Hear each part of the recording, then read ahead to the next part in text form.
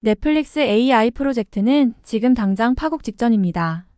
하지만 저는 테슬라의 성공 사례를 통해 넷플릭스도 할 수 있다고 확신합니다. 아직 포기하기는 이르다고 생각해요. 마지막이어도 상관없으니 한글의 언어 체계를 도입해 다시 도전해 보겠습니다. 여기 넷플릭스의 AI 프로젝트 연구원들과 미국 AI 언어학 교수가 함께 최고 기술 책임자에게 의사를 표하고 있습니다. 넷플릭스의 연이은 실패로 회사 전체가 혼란에 빠진 가운데 한글로 극적인 반전을 이룰 것이라 확신하는데요. 넷플릭스의 미래는 과연 어떻게 될까요? 지금 바로 사연 시작합니다.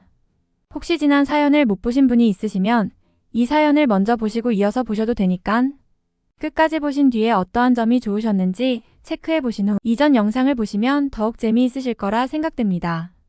안녕하세요. 제 이름은 마이클 존슨입니다. 40대 후반의 나이에 하버드 대학교에서 AI와 언어학을 가르치는 교수로 다국어 자연어 처리와 음성인식 분야가 제 전문입니다. 어릴 적부터 기술과 언어에 대한 호기심이 남달랐던 저는 실리콘밸리에서 자라며 기술 혁신의 현장을 가까이에서 지켜볼 수 있었죠. 대학 시절 아시아 여행 중 한국을 방문했을 때 한글의 과학성과 체계성에 깊은 인상을 받았습니다. 그 경험은 제가 언어와 과학의 결합에 대해 더 깊이 생각하게 만들었어요. 대학 졸업 후 저는 끊임없이 컴퓨터 과학과 언어학을 함께 연구했습니다. 그 결과 AI를 이용해 다국어를 처리하는 새로운 모델을 개발할 수 있었고 이 기술은 곧 전 세계의 주목을 받았죠. 이 성과로 인해 테슬라와 협력할 기회를 얻게 되었고 한글의 과학적 구조를 AI에 적용한 저의 연구가 자율주행 시스템의 성능을 크게 향상시켰습니다. 그러던 어느 날 넷플릭스의 최고 기술 책임자로부터 한 통의 이메일을 받았습니다. 그들의 글로벌 콘텐츠 추천 AI 시스템 프로젝트에 자문을 해달라는 요청이었어요. 순간 머릿속이 복잡해졌습니다. 테슬라에서의 연구도 중요했지만 넷플릭스의 프로젝트 또한 흥미로웠거든요. 며칠을 고민한 끝에 저는 두 회사의 프로젝트를 병행하기로 결정했습니다. 넷플릭스 본사를 처음 방문한 날 저는 약간의 긴장감과 함께 큰 기대를 안고 있었습니다. 로비에 들어서자마자 저의 시선을 사로잡은 것은 벽면을 가득 채운 화려한 영화와 드라마 포스터들이었습니다. 특히 눈에 띄는 것은 전 세계적으로 선풍적인 인기를 끌었던 오징어 게임의 대형 포스터였어요. 그 옆으로 기생충, 킹덤 등 넷플릭스의 대표작들이 줄지어 걸려 있었죠. 로비 전체에 흐르는 부드러운 재즈 음악은 편안하면서도 세련된 분위기를 자아냈습니다. 저도 모르게 발걸음이 음악의 리듬에 맞춰지는 것 같았어요. 곳곳에 배치된 편안한 소파와 창의적인 디자인의 조명들은 마치 고급 카페에 온 듯한 느낌을 주었습니다. 직원들은 자유롭게 오가며 대화를 나누고 있었고 그들의 표정에서 열정과 자부심이 느껴졌습니다. 순간 저는 이곳이 세계적인 콘텐츠 기업의 본사라는 사실을 잊을 뻔했죠. 하지만 이내 제가 맡은 임무의 중요성을 떠올리며 마음을 다잡았습니다. 로비 한켠에 있는 대형 스크린에서는 넷플릭스의 최신 오리지널 시리즈 예고편이 소리 없이 재생되고 있었습니다. 그 영상의 퀄리티와 다양성을 보며 제가 이 회사의 기술, 혁신에 기여하게 될 것이라는 사실에 다시 한번 설렘을 느꼈어요. 안내 데스크로 다가가며 저는 이 모든 콘텐츠들이 전 세계 시청자들에게 더 정확하게 추천될 수 있도록 하는 것이 제 임무라는 것을 상기했습니다. 그 순간 제 어깨가 무거워지는 것 같았지만 동시에 이 도전에 대한 흥분도 커졌습니다. 오리엔테이션에서 넷플릭스의 기업 문화에 대해 배우면서 저는 이 프로젝트에 참여하기로 한 결정이 옳았다는 확신이 들었어요. 자유와 책임이라는 그들의 핵심 가치관은 제가 추구하는 연구 방식과 잘 맞았고 혁신을 추구하는 그들의 태도는 제게 큰 영감을 주었습니다. 그러나 글로벌 콘텐츠 추천 시스템의 현재 상황을 파악하면서 저는 깊은 고민에 빠졌습니다. 시스템은 영어권 사용자들의 취향은 잘 파악하고 있었지만 비영어권, 특히 아시아 시장에서의 성과는 기대에 미치지 못했어요. 이는 제가 테슬라에서 맞닥뜨렸던 것보다 훨씬 더 복잡한 문제였습니다. 넷플릭스의 데이터 과학팀과 첫 회의를 가졌을 때 팀원들의 표정에서 어려움과 좌절감을 읽을 수 있었습니다. 수석 데이터 과학자인 제니퍼는 지금까지 여러 방법을 시도해봤지만 아시아 시장에서의 추천 정확도가 여전히 낮다고 말했습니다. 특히 한국, 일본, 중국에서의 성과가 가장 좋지 않다고 했어요. 저는 고개를 끄덕이며 이 문제가 단순한 언어 번역의 문제가 아니라 문화적 맥락과 지역적 특성을 이해하는 것이 핵심이라고 대답했습니다. 그 순간 제 머릿속에 한 가지 아이디어가 떠올랐습니다. 제가 테슬라에서 연구했던 한글 기반 AI를 이 문제에 적용할 수 있지 않을까 하는 생각이었죠. 조심스럽게 한글의 과학적 구조를 AI에 적용하는 방법을 고려해보자고 제안했습니다. 이 방법이 테슬라에서 좋은 결과를 보였고 여기에도 적용될 수 있을 것 같다고 말했죠. 회의실에 잠시 침묵이 흘렀습니다. 그러다 최고 기술 책임자가 흥미로운 제안이라고 하면서도 그게 어떻게 다른 아시아 언어에도 적용될 수 있을지 물었습니다. 저는 깊은 숨을 들이쉬고 설명을 시작했습니다. 한글의 구조가 다른 언어를 이해하는 데에도 도움이 될 수 있다고 말했어요. 특히 음소 단위의 분석과 조합 원리는 다양한 언어의 패턴을 파악하는 데 유용할 거라고 설명했습니다. 물론 이건 이론적인 가설이고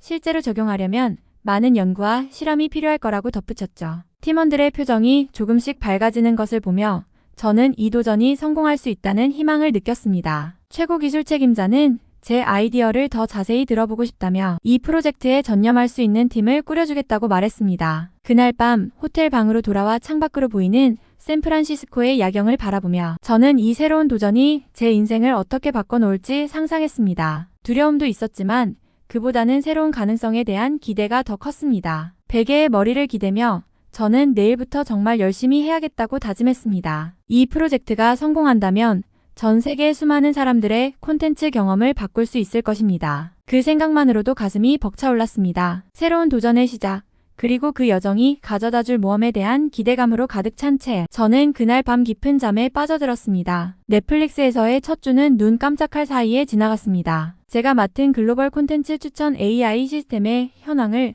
파악하느라 정신없이 바빴거든요. 처음에는 이 시스템이 꽤 잘 작동하고 있다고 생각했습니다. 영어권 사용자들의 취향을 정확하게 분석하고 있었거든요. 하지만 곧 심각한 문제점을 발견하게 되었습니다. 비영어권, 특히 아시아 시장에서의 성과가 형편없었던 거예요. 한국, 일본, 중국 등 아시아 국가들의 사용자 만족도가 현저히 낮았습니다. 이 문제를 해결하기 위해 팀원들과 함께 밤새 데이터를 분석했지만 뚜렷한 해결책을 찾지 못했어요. 특히 중국어 처리에서 큰 어려움을 겪었습니다. 한자의 복잡성이 AI에게는 큰 장벽이었어요. 각 글자가 형태, 발음, 의미를 모두 담고 있어서 AI가 정확히 해석하는데 어려움을 겪었죠. 게다가 중국어의 방언 다양성도 큰 문제였습니다. 표준 중국어뿐만 아니라 광동어, 민남어 등 수많은 방언이 존재하고 각 방언마다 어휘와 발음의 차이가 커서 AI가 제대로 인식하지 못하고 있었습니다. 일본어도 만만치 않았습니다. 한자, 히라가나, 카타카나라는 세 가지 문자 체계를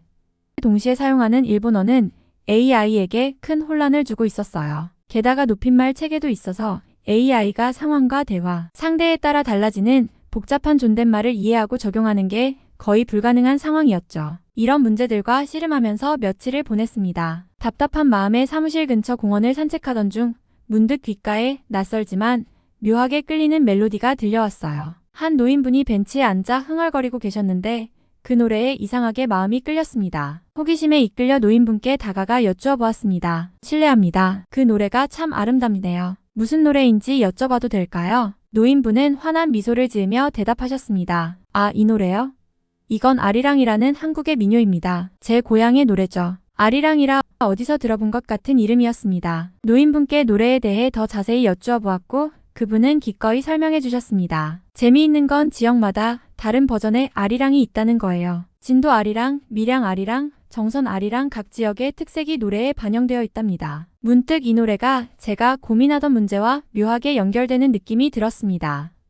다양성 속의 통일성, 그리고 문화적 맥락의 중요성, 이 모든 것이 아리랑 하나에 담겨 있는 것 같았어요. 그 순간 제 머릿속에 번개가 친 것처럼 한 가지 아이디어가 떠올랐습니다. 제가 테슬라에서 연구했던 한글 기반 AI를 이 문제에 적용할 수 있지 않을까 하는 생각이 들었어요. 한글은 과학적이고 체계적인 문자 체계로 AI가 학습하기에 이상적인 구조를 가지고 있었거든요. 노인분께 감사 인사를 드리고 사무실로 돌아오는 길에 머릿속은 온통 새로운 아이디어로 가득 찼습니다. 아리랑처럼 다양성과 통일성을 동시에 가진 한글의 구조를 AI에 적용한다면 다양한 아시아 언어들의 특성을 더 잘 이해하고 처리할 수 있지 않을까? 흥분된 마음으로 사무실로 돌아와 곧바로 아이디어를 정리하기 시작했습니다. 한글의 자음과 모음 체계, 그리고 그것들이 조합되는 원리를 AI에 적용하면 다른 아시아 언어들의 패턴도 더 잘 인식할 수 있지 않을까 하는 생각이 들었어요. 이 아이디어를 아리라고 이름 지었습니다.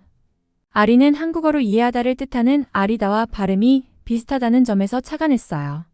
또한 아리랑과도 연결되어 한국의 문화적 요소를 담고 있다고 생각했습니다. 아리의 핵심은 한글의 과학적 구조를 바탕으로 다양한 언어의 패턴을 분석하고 이해하는 것이었습니다. 특히 한글의 자음과 모음이 서로 조합되어 새로운 글자를 만드는 원리를 AI에 적용하면 중국어의 한자나 일본어의 가나한 문자도 더 효과적으로 분석할 수 있을 거라고 생각했어요. 이 아이디어를 팀원들에게 설명했을 때 처음에는 의아해하는 표정이었습니다. 한글을 기반으로 다른 아시아 언어를 이해한다는 개념이 다소 파격적으로 들렸나 봐요. 하지만 제가 테슬라에서의 연구 결과를 보여주고 한글의 과학적 원리에 대해 설명하자 점차 관심을 보이기 시작했습니다. 특히 한글이 다른 언어의 발음을 정확하게 표현할 수 있다는 점에 많은 팀원들이 흥미를 느꼈어요. 이는 다국어 음성 인식과 자연어 처리에 큰 도움이 될 수 있었거든요. 물론 이 아이디어를 실제로 구현하기까지는 아직 갈 길이 멀어 보였습니다. 하지만 적어도 우리에게 새로운 방향이 생긴 것 같아 희망이 보이기 시작했어요. 그날 밤 저는 흥분된 마음을 안고 잠자리에 들었습니다. 아리 프로젝트가 성공한다면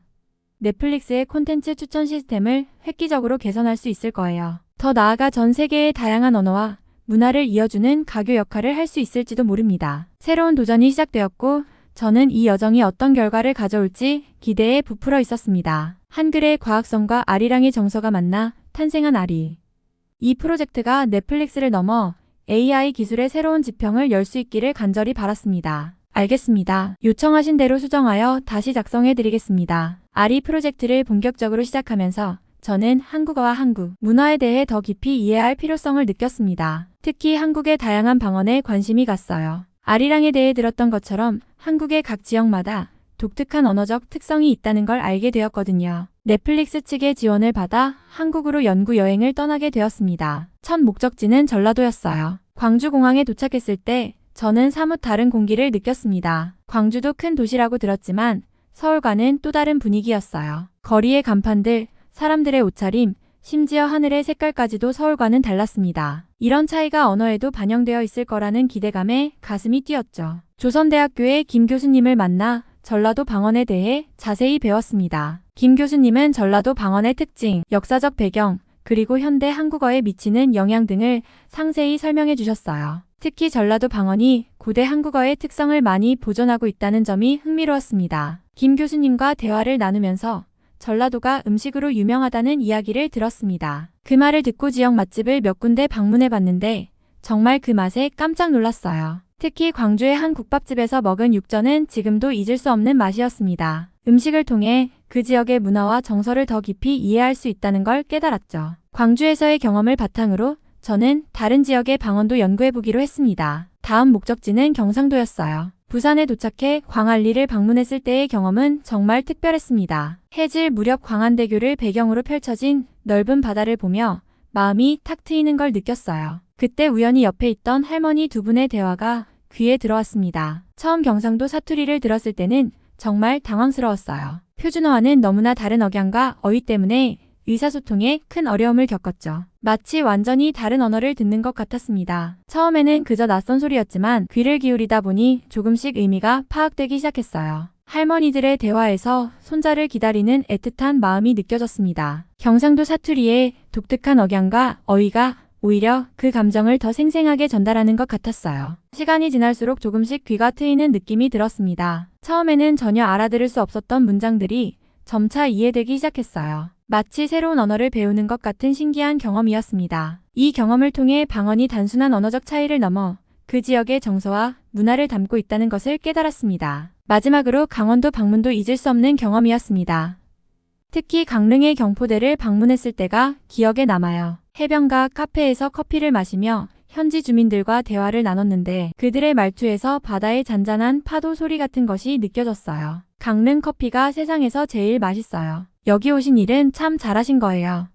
이런 말을 들으며 저는 방언이 단순히 언어적 차이가 아니라 그 지역의 자부심과 정체성을 담고 있다는 것을 느꼈습니다. 강원도 방언의 부드러운 억양은 마치 경포대의 잔잔한 물결 같았어요. 이렇게 다양한 지역을 돌아다니며 방언을 연구하면서 저는 한국어의 풍부함과 다양성에 깊은 인상을 받았습니다. 동시에 이 다양성 속에서도 일관된 패턴과 규칙을 발견할 수 있었어요. 이는 AI 학습에 매우 적합한 특성이었습니다. 특히 흥미로웠던 점은 각 지역의 방언이 표준어와는 다르지만 서로 간에 어느 정도 이해가 가능하다는 것이었어요. 이는 중국이나 인도의 언어 상황과는 크게 달랐습니다. 중국의 경우 광동어와 표준 중국어는 사실상 다른 언어로 볼 수 있을 정도로 차이가 컸고, 인도는 지역마다 완전히 다른 언어를 사용하는 경우가 많았죠. 반면 한국의 방언들은 서로 다르면서도 기본적인 문법 구조와 어휘의 근간을 공유하고 있었습니다. 이런 특성은 AI가 학습하기에 이상적인 구조였어요. 다양성을 인식하면서도 전체적인 패턴을 파악할 수 있는 좋은 모델이 될 수 있을 것 같았습니다. 이러한 발견을 바탕으로 저는 한국어 방언 데이터를 아리에 적용하기 시작했습니다. 각 지역의 방언 샘플을 수집하고 이를 AI가 학습할 수 있는 형태로 가공했어요. 특히 방언 간의 차이점과 공통점을 AI가 인식할 수 있도록 데이터를 구조화하는 데 주력했습니다. 한국으로의 연구 여행을 마치고 미국으로 돌아오는 비행기 안에서 저는 이 경험이 아리 프로젝트에 얼마나 큰 도움이 될지 생각하며 가슴이 벅차올랐습니다. 한국의 방언 연구를 통해 얻은 통찰력은 단순히 한국어 처리를 넘어 다른 아시아 언어들을 이해하는 데에도 중요한 열쇠가 될 것 같았어요. 이제 남은 과제는 이 풍부한 데이터와 새로운 인사이트를 어떻게 효과적으로 AI에 적용할 것인가 하는 문제였습니다. 넷플릭스로 돌아가 팀원들과 이 새로운 발견을 공유하고 함께 해결책을 모색해 나가야겠다고 다짐했습니다. 한국에서의 연구 여행을 마치고 넷플릭스 본사로 돌아온 저는 열정과 기대로 가득 차 있었습니다. 아리 프로젝트에 대한 새로운 아이디어와 통찰력을 팀원들과 나누고 싶어 몸이 근질근질했죠. 하지만 제가 마주한 현실은 예상과는 조금 달랐습니다. 회의실에 모인 연구팀 앞에서 제 발견과 아이디어를 발표하는 동안 저는 팀원들의 표정이 점점 더 복잡해지는 것을 느꼈습니다. 발표가 끝나자 잠시 정적이 흘렀고 이내 격렬한 토론이 시작되었습니다. 데이터 과학자 제니퍼가 먼저 입을 열었습니다. 마이클의 연구 결과가 흥미롭지만 한국어 방언 연구가 어떻게 전체 아시아 시장의 문제를 해결할 수 있을지 의문을 제기했습니다. 그들에게는 더 보편적인 해결책이 필요하다고 주장했죠. 이에 AI 엔지니어 토마스가 반박했습니다. 그는 제 접근법이 혁신적이라고 보며 한글의 구조적 특성을 AI에 적용하는 것이 새로운 돌파구가 될 수 있다고 주장했습니다. 회의실은 순식간에 찬성파와 반대파로 나뉘어 열띤 논쟁이 벌어졌습니다. 저는 제 아이디어에 대한 다양한 의견을 듣는 것이 흥미로웠지만 동시에 팀의 분열이 걱정되기도 했습니다. 논쟁이 격해지자 최고 기술 책임자가 개입했습니다. 그는 제 제안이 분명 가치가 있지만 동시에 위험도 있다고 지적하며 6개월의 시범 기간을 제안했습니다. 최고 기술 책임자의 제안에 모두가 동의했습니다. 6개월 동안 아리 프로젝트를 진행하고 그 결과를 기존의 방식과 비교해보기로 한 것입니다. 이로써 연구팀은 자연스럽게 두 개의 그룹으로 나뉘게 되었습니다. 제가 이끄는 아리팀과 기존 방식을 개선하는 레거시 팀이었죠. 아리팀에는 토마스를 비롯한 몇몇 열정적인 동료들이 합류했습니다.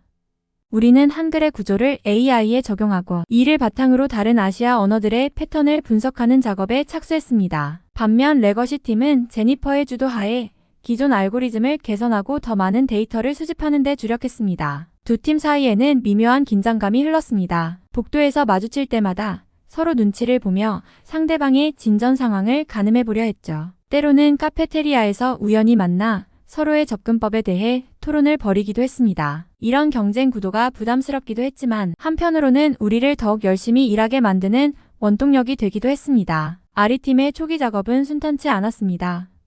한글의 구조를 AI 모델에 적용하는 과정에서 예상치 못한 기술적 문제들이 계속 발생했어요. 특히 한글의 조합 원리를 AI가 이해하고 학습하게 만드는 것이 큰 도전이었습니다. 어느 날 밤 사무실에 홀로 남아 문제를 해결하려 고군분투하고 있을 때 레거시 팀의 제니퍼가 들어왔습니다. 그녀는 잠시 망설이다가 제게 다가와 제 아이디어가 흥미롭다고 인정하면서도 현실적으로 가능할지에 대해 의문을 제기했습니다. 그녀는 주어진 시간과 자원을 고려하면 검증된 방식을 개선하는 게 더 현실적이지 않을지 물었습니다. 제니퍼의 말에 잠시 자신감이 흔들렸습니다. 하지만 곧 제 신념을 다잡았습니다. 저는 그녀의 말에 일리가 있음을 인정하면서도 이 방식이 우리가 직면한 문제의 근본적인 해결책이 될 수 있다는 믿음을 표현했습니다. 시간이 좀 더 필요할 뿐이라고 말했죠. 그날 이후로 저는 더욱 열정적으로 프로젝트에 매달렸습니다. 팀원들과 함께 밤을 새워가며 문제를 해결해 나갔고 조금씩 진전을 이뤄냈습니다. 한글의 자음과 모음 체계를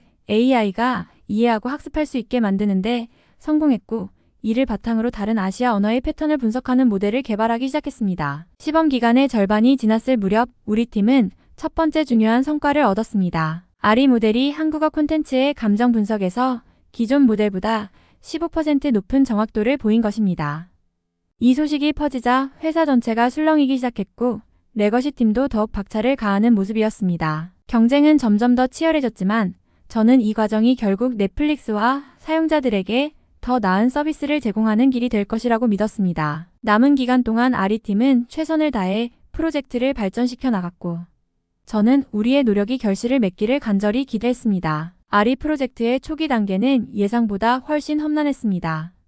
한글의 구조를 AI에 적용하는 과정에서 수많은 기술적 난관에 부딪혔고 팀원들의 의구심도 점점 커져갔습니다. 특히 한글의 자음과 모음 조합 원리를 AI가 이해하고 학습하게 만드는 것이 가장 큰 도전이었습니다. 매일 밤 늦게까지 사무실에 남아 문제 해결을 위해 고군분투했지만 진전은 더디기만 했습니다. 팀원들의 표정에서 점점 지쳐가는 모습이 역력했고 일부는 이 프로젝트의 실현 가능성에 대해 의문을 제기하기 시작했습니다. 어느 날 팀원 중 한 명인 사라가 저에게 다가와 우리가 올바른 방향으로 가고 있는지 레거시 팀은 이미 상당한 개선을 이뤄냈다고 들었다며 우려를 표했습니다. 그녀의 말에 저도 잠시 흔들렸지만 곧 마음을 다잡았습니다. 저는 혁신적인 변화는 항상 시간이 필요하며 우리는 지금 그 과정 중에 있을 뿐이라고 답했습니다. 그러던 어느 날 한국 방언 연구 결과를 팀원들과 공유하는 자리를 마련했습니다. 제가 수집한 다양한 방언 샘플과 그 안에 숨어있는 언어적 패턴들을 보여주었고 이것이 AI 학습에 어떻게 활용될 수 있는지 설명했습니다. 특히 경상도 방언의 억양 패턴과 전라도 방언의 어휘 변화가 AI의 언어 이해 능력을 크게 향상시킬 수 있다는 점을 강조했습니다. 또한 강원도 방언에서 발견한 고어의 흔적들이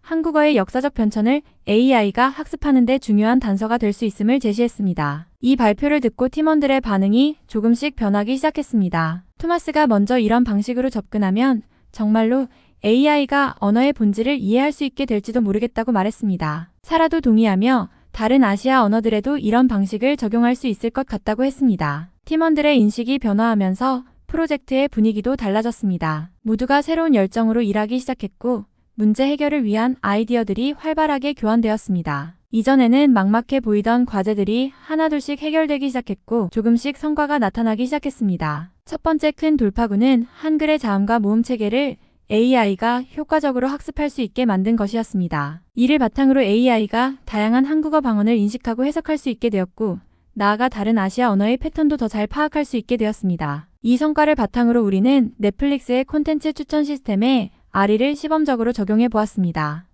그 결과 한국 콘텐츠에 대한 추천 정확도가 기존 시스템보다 20% 이상 향상되었고 사용자 만족도도 크게 올랐습니다. 이 소식이 회사 전체에 퍼지자 우리 팀을 바라보는 시선이 달라졌습니다. 심지어 레거시 팀의 일부 멤버들이 우리 프로젝트에 관심을 보이기 시작했습니다. 제니퍼가 어느 날 제게 다가와 우리의 접근법이 흥미롭다며 레거시 팀의 일부 기술을 아리에 접목시켜 볼 수 있는지 물었습니다.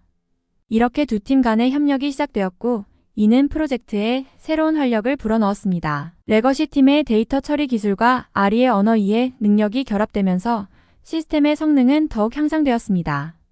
점차 아리는 한국어를 넘어 일본어, 중국어 등 다른 아시아 언어들에 대한 이해도도 높여갔습니다.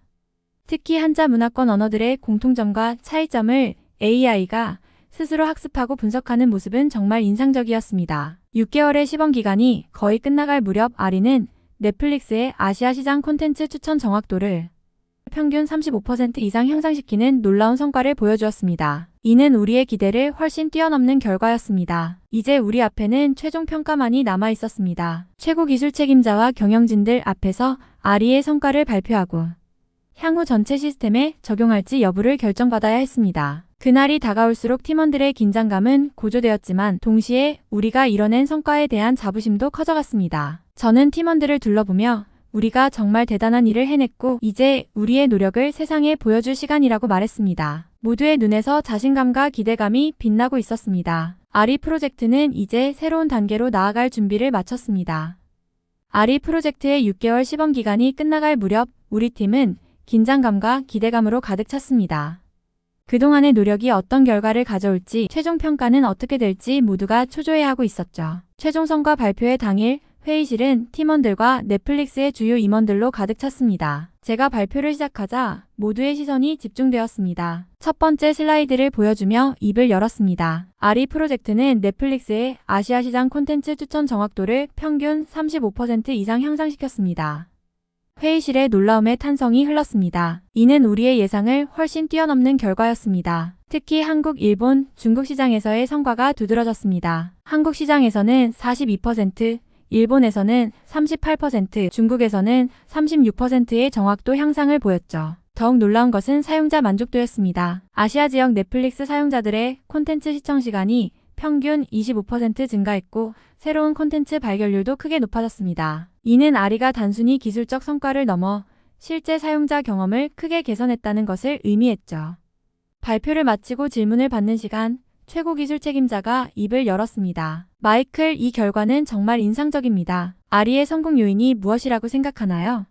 저는 잠시 생각에 잠겼다가 대답했습니다. 한글의 과학적 구조를 AI에 적용한 것이 핵심이었습니다. 하지만 그것만으로는 부족했죠. 팀원들의 열정, 그리고 레거시 팀과의 협력이 있었기에 가능했습니다. 특히 레거시 팀의 데이터 처리 기술과 아리의 언어 이해 능력이 시너지를 일으켰습니다.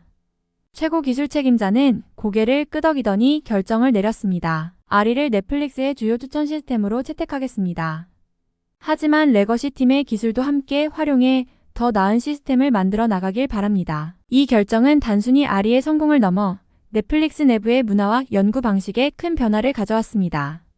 팀 간의 경계가 허물어지고 서로의 강점을 인정하고 협력하는 분위기가 형성되었죠. 아리 팀과 레거시 팀의 통합 작업이 시작되었습니다. 처음에는 서로 다른 접근 방식과 문화 차이로 인해 약간의 마찰이 있었지만 점차 서로를 이해하고 존중하는 관계로 발전해 나갔습니다. 이 과정에서 넷플릭스의 연구 문화도 변화했습니다. 기존의 데이터 중심 접근법에 언어학적, 문화적 이해를 결합한 새로운 방식이 도입되었죠. 이는 단순히 기술적 혁신을 넘어 콘텐츠의 문화적 맥락을 이해하고 이를 추천 시스템에 반영하는 새로운 패러다임을 만들어냈습니다. 아리의 성공은 넷플릭스 내 다른 프로젝트에도 영향을 미쳤습니다. 다양한 팀들이 자신들의 프로젝트에 아리의 접근 방식을 적용하기 시작했고, 이는 회사 전체의 혁신 문화를 더욱 강화했습니다. 특히 콘텐츠 제작 부서에서 큰 관심을 보였습니다. 아리의 언어 이해 능력을 활용해 지역별 시청자들의 선호도를 더 정확히 파악하고, 이를 바탕으로 새로운 오리지널 콘텐츠 기획에 반영하기 시작했죠. 이는 넷플릭스의 콘텐츠 전략에 새로운 차원을 더했습니다. 아리의 성공은 외부에서도 큰 주목을 받았습니다. AI와 빅데이터 분야의 주요 컨퍼런스에서 발표 요청이 쇄도했고 여러 기술 매체에서 인터뷰를 요청해왔습니다. 넷플릭스는 이를 통해 기술 혁신의 선두주자로서의 이미지를 더욱 강화할 수 있었습니다. 이 모든 변화를 지켜보며 저는 깊은 감동과 자부심을 느꼈습니다. 한글이라는 오래된 문자 체계가 21세기 최첨단 AI 기술의 혁신을 이끌어냈다는 사실이 놀랍고 감격스러웠습니다. 동시에 이것이 끝이 아니라 새로운 시작이라는 것을 깨달았습니다. 아리를 더욱 발전시켜 다른 언어권으로 확장하고 더 나아가 언어의 장벽을 넘어 전 세계 사람들이 서로의 문화를 더 깊이 이해할 수 있게 돕는 것. 그것이 제가 꿈꾸는 다음 목표였습니다. 프로젝트의 성공을 자축하는 팀 회식 자리에서 저는 팀원들을 바라보며 미소 지었습니다. 우리가 함께 이뤄낸 이 혁신이 앞으로 어떤 변화를 가져올지 그 여정이 기대되고 설렜습니다. 아리가 넷플릭스의 주요 추천 시스템으로 채택된 후 우리는 실제 서비스에 적용하는 과정을 시작했습니다.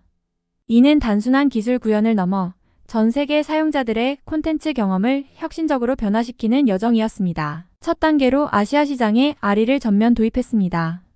한국, 일본, 중국을 시작으로 점차 동남아시아 국가들로 확대해 나갔죠. 초기 결과는 우리의 기대를 훨씬 뛰어넘었습니다. 사용자들의 콘텐츠 시청 시간이 평균 40% 증가했고 새로운 장르나 작품을 발견하는 비율도 크게 높아졌습니다. 특히 인상적이었던 것은 문화 간 콘텐츠 교류의 증가였습니다. 예를 들어 한국 드라마를 좋아하는 일본 사용자에게 비슷한 정서를 가진 중국 영화를 추천하고 이것이 높은 만족도로 이어지는 경우가 많았죠. 아리는 단순히 장르나 배우 기반의 추천을 넘어 작품의 문화적 맥락과 정서를 이해하고 이를 바탕으로 추천을 하고 있었습니다. 이러한 성공을 바탕으로 우리는 아리를 글로벌 서비스로 확장하기 시작했습니다. 유럽, 남미, 아프리카 등 다양한 문화권으로 아리를 적용해 나갔고 각 지역의 언어와 문화적 특성을 학습하며 시스템을 계속 발전시켰습니다. 전 세계적으로 아리가 적용되면서 놀라운 현상이 나타났습니다. 사용자들이 자신의 문화권을 넘어 다양한 국가의 콘텐츠를 즐기기 시작한 것입니다. 브라질 사용자가 한국 예능을, 프랑스 사용자가 일본 애니메이션을, 나이지리아 사용자가 인도 영화를 즐기는 등 문화적 경계를 넘는 콘텐츠 소비가 크게 증가했습니다. 이러한 변화를 지켜보며 저는 아리의 새로운 가능성을 깨달았습니다. 단순한 콘텐츠 추천을 넘어 진정한 문화 통역사 역할을 할 수 있는 AI를 만들어내는 것. 이것이 제가 꿈꾸는 새로운 비전이 되었습니다. 문화 통역사 AI는 단순히 언어를 번역하는 것이 아니라 한 문화의 정서와 맥락을 다른 문화권의 사람들이 이해할 수 있는 방식으로 전달하는 역할을 합니다. 예를 들어 한국 드라마의 특정 장면이 한국 문화에서 어떤 의미를 가지는지, 왜 그런 반응이 나오는지를 다른 문화권의 시청자들에게 설명해주는 것이죠. 이를 위해 우리는 아리의 학습 범위를 더욱 확장했습니다. 언어학, 문화인류학, 사회학 등 다양한 분야의 전문가들과 협력하여 아리가 더 깊이 있는 문화적 이해를 할 수 있도록 했습니다. 또한 전 세계의 다양한 문화권 사용자들로부터 피드백을 받아 지속적으로 시스템을 개선해 나갔습니다. 이 과정에서 우리는 글로벌 커뮤니케이션과 문화 교류의 새로운 지평을 열어가고 있다는 것을 실감했습니다. 아리는 단순한 기술 혁신을 넘어 전 세계 사람들이 서로의 문화를 이해하고 소통하는 데 기여하고 있었던 것입니다. 넷플릭스는 이러한 아리의 가능성을 적극적으로 지원해 주었습니다. 우리는 글로벌 컬처 브리지 프로젝트를 출범시켜 아리를 활용한 문화 간 이해 증진 프로그램을 시작했습니다. 이는 단순한 콘텐츠 소비를 넘어 사용자들이 다른 문화에 대해 더 깊이 이해하고 교류할 수 있는 플랫폼을 제공하는 것이 목표였습니다. 이 프로젝트의 일환으로 우리는 문화 간 대화 기능을 도입했습니다. 사용자들이 특정 콘텐츠에 대해 자신의 문화적 관점에서 의견을 나누고 아리가 이를 다른 문화권의 사용자들이 이해할 수 있는 방식으로 해석해주는 기능이었죠. 이를 통해 전 세계 넷플릭스 사용자들 간의 실시간 문화 교류가 가능해졌습니다. 아리 프로젝트를 시작했을 때 저는 단순히 더 나은 콘텐츠 추천 시스템을 만들고자 했습니다. 하지만 지금 우리는 글로벌 문화 교류의 새로운 장을 열어가고 있습니다. 이것이 바로 기술의 진정한 힘이라고 믿습니다. 언어와 문화의 장벽을 넘어 전 세계 사람들을 하나로 연결하는 것. 앞으로 아리가 어떤 변화를 가져오고 어떻게 변화하는지 그 여정이 정말 기대됩니다. 우리의 도전은 계속될 것입니다. 사연은 여기까지입니다. 이 전편의 테슬라의 성공 사례를 통해 넷플릭스까지 점령한 한글의 위대함은 놀라움을 자아내는데요. 아시아를 넘어 세계로 뻗어나가는 한글이 되었으면 합니다. 구독자분들은 오늘 내용 어떠셨나요? 소중한 댓글을 남겨주시면서 같이 소통하고 싶습니다. 지금까지 감동터치였습니다. 구독과 좋아요는 영상 제작에 큰 힘이 됩니다. 시청해주셔서 감사합니다. 행복한 시간 되세요.